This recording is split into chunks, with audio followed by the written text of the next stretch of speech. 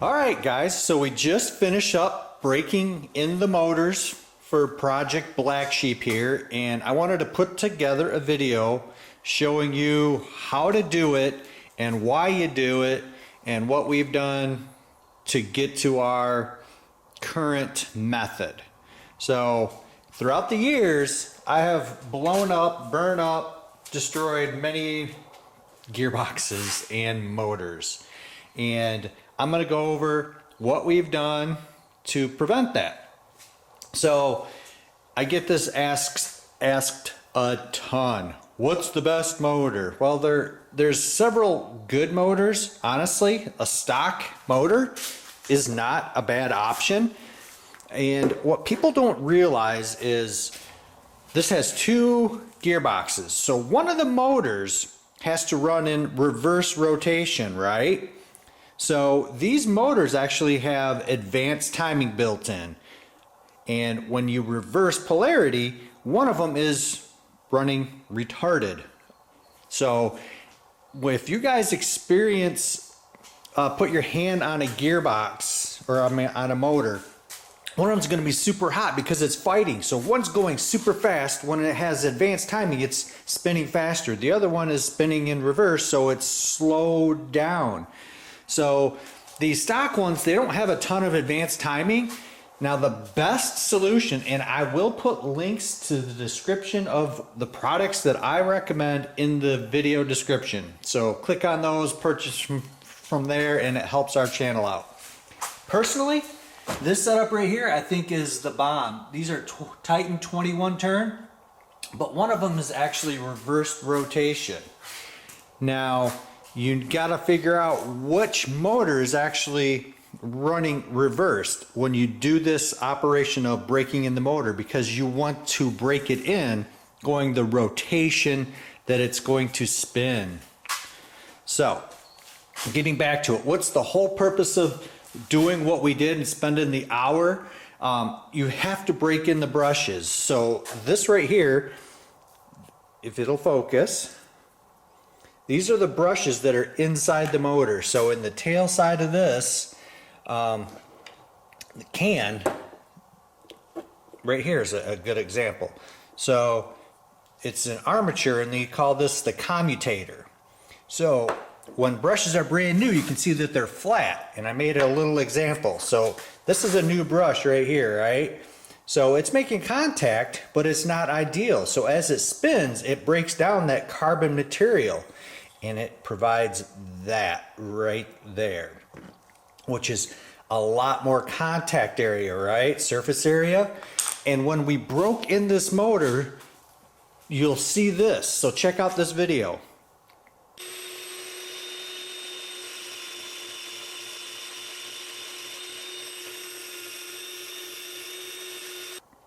So in that video, it was drawing a ton of amps and creating high watts. So as it broke down, the RPMs freed up and it was drawing less watts. So it's becoming a more efficient motor. That's my understanding of it. So it is very important, guys, because this is what happened. This is a brand new motor. This is years ago, but this is a Vex Pro. It's got dual ball bearings on both ends, and I put a 8 cell, maybe it was, I think it was a 6 cell LiPo battery, and I just plugged it in to test it, and it grenaded the motor instantly. You can see what it did. It did not have the contact area, so the brush was flat, right? And I was like, what the heck? I've had these motors running on 6 cells, with no problem. It's because I didn't break it in.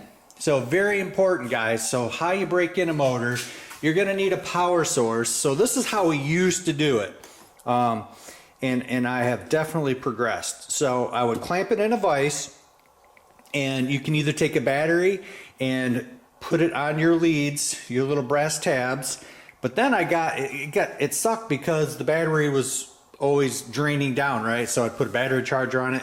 I ended up going to a power supply because this is what we use for our RC chargers, and it's 30 amps, so it had no problem putting out amperage. So that worked pretty good, but it was still a pain in the butt. So the next thing we did is we got this, some people call it a benchtop power supply, and it will put out up to 30, well, I don't want to adjust that because I've got it set where I want it, but this will adjust up to 30 volts, and it's got a fine-tune knob where I can get it exactly where I want. So and then you can short these two wires together, and then you can go and set your amps. So I can put this up to 10 amps, and then it'll be a floating voltage. But I started these motors on 6 volts, and I ran it for like 15 minutes, and I sprayed it out. And why don't I tell you this little tidbit too? Do not use this product on plastic connectors. I have Anderson power poles, and I did this. This is called a dry break-in. So you stick the nozzle. Oh, you can't see it on that one. You stick the nozzle inside here to keep the armature clean, right? Well, I just kind of sprayed it in there, ran the motors, and then I noticed that my connectors were literally decomposing. It literally turned them brittle. So I started looking at the ingredients, because I ran out of this stuff. This is normally what I use, and I've never had a problem. But this was like $3 or $4 cheaper. So long story short, it smelled like brake cleaner, but it has different ingredients. But do not use that. This must be plastic safe. Totally different ingredients on it. So I was out of that. So yeah, I was lazy, and I used carb cleaner today. And then, so that's something you're gonna need, right? You're gonna need electric cleaner, and you're gonna need a good com lube. And you need this on your brush motors, guys, and all of us RC guys know how important it is to take care of your motor. And this was just in a basher. If you don't lube your bushing, I don't know if you guys can see how much play is in that. This was on my son's Slash, and it started making a very bad noise. And the motor basically, it wobbles. So that's a junk motor. So literally every run you're supposed to lube your bushings. And that's what I love about these Vex Pros that we're using, is it's actually got dual bearings, radial bearing in there. Most 775s, let me dig one out of here. Like this is a Banebot. It's just got a bronze bushing in there. We've done them all, guys. We've DeWalt motors. We've smoked them all. This is actually pretty good. This is a Traxxas Titan 775. And we used to blow them up on 24 volts, and it was our own fault. We weren't breaking in the motors. So break in and lube, guys. It's very important. And then, not in this video, but the next one, once we get the motors running good, we got to upgrade the gearboxes a little bit by adding bearings. And I will go over a video and how to add bearings to the first gear, because they're spinning so fast, it creates friction, and you will melt that gear and destroy your gearbox. So stay tuned for that one. All right, so back to Black Sheep. So what we did is we ran one motor at a time on 6 volts. This is 13 because we went up, but that's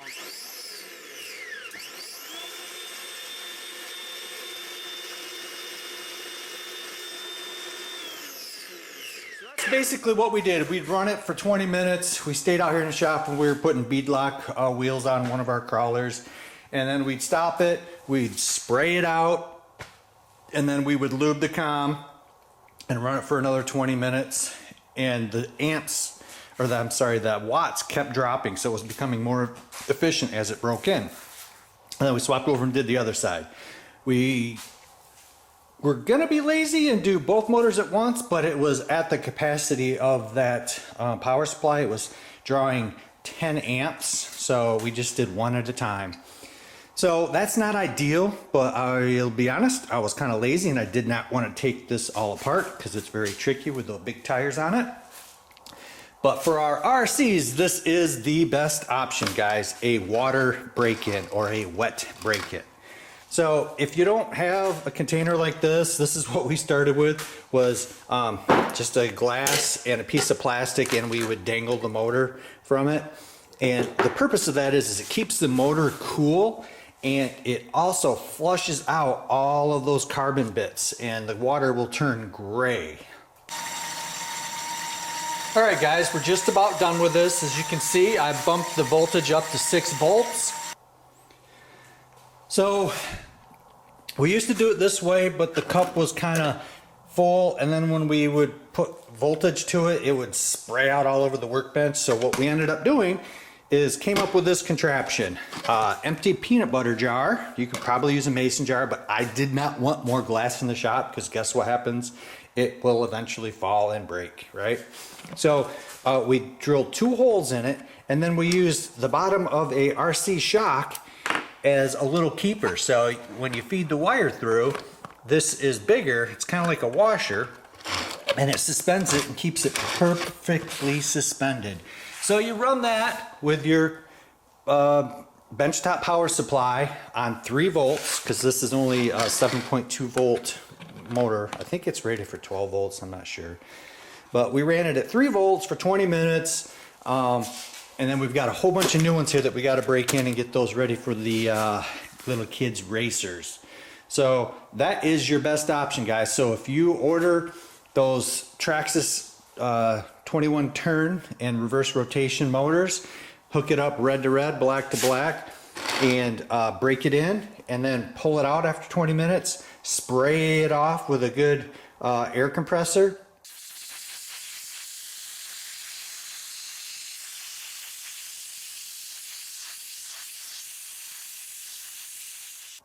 And then wherever I put it, use your comm lube. You can put a little bit. See, it's got a nice little dauber. You can put it right on the comm, and then 1 dab on each end of the shaft, and that will keep your motor happy. So yeah, that is basically the process that we are up to right now, is water break-in.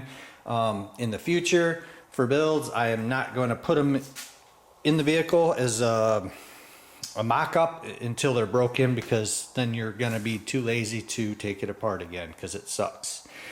So, brings me to this. Gearboxes. These are, well, these aren't. These are ML Toys heavy-duty ones, but they're good, but then it's got some issues unless you do crazy stuff like, little spy shot. Do stuff like that. But that is top secret, classified. But basically, these are Powerwheels brand number 7Rs, and you can tell because there's no clips around the edges that hold it together. And if you notice, it's got 2 bolt patterns, and this is what screws a lot of people up. So it's got a small bolt pattern for the 550 size motors, and then there's a different bolt pattern for 775s. So these will actually hold both motors. But you need to know what size pinion gear you pulled off. For instance, this is a 15 tooth from a Powerwheels Dune Racer, and you have to have the corresponding gearbox. If you look, see these numbers right here? See that hole? It's not the motors that are different. It is the pinions and the gearbox. Way that they mount this first gear or first pin is in a different spot. So as you can see, the 18, 19, 20, it's got to line up with the line, and it'll be further away from the motor mount so that it will facilitate a bigger pinion gear, if that makes sense. This throws a lot of people off. They buy these 40,000 RPM motors, which suck because they're good for high speed but 0 torque. That's the only reason we're going 775s, is these motors will handle the extra volts and the amps off the line with the gearing that we throw at them. Yes, we do change the gearing. Kind of insider information on that too, but we swap gears, and it'll have higher top speed. But very important, guys, these are a good gearbox. I was going to do a video a while back. They're down there on the ground, but like there's an older style that's a number 7 gearbox, and they're a little bit weaker. And it's just not good. So I do have that planned to do a video on what to do to upgrade these gearboxes. But keep this in mind, and I should have said this right at the beginning of the video. You're going to break stuff. These are designed for 5 miles an hour and teeny little kids, not adults riding in them, throwing car batteries in them or LiPo batteries. They're just not designed for it. And no, there is no aftermarket support. You can't go to a hobby shop and buy aftermarket gears. Like people keep saying, oh, just make them out of aluminum. Well, aluminum doesn't work. You just strip it. Oh, throw steel in there. They have them. Yeah. Oh, look what happens. It just strips the next gear over. A lot of good that gear did, right? So, a lot of bitterness towards that because I wasted a lot of time and money trying to get my kids faster and reliable. You can't have both, guys. If you want to go faster, put a chain drive in it or some mobility scooters, something geared metal gearbox. But hopefully I covered everything, because sometimes I ramble on a little bit. But this guy right here is about ready to go out the door. We're just waiting on our graphics designer to come up with the decals for it. But yeah, can't wait to get Project Black Sheep to its little racer and get this thing out on the track. All right, guys. Hey, as always, thanks for watching. Give us the thumbs up and subscribe to the channel. All right, thanks for watching.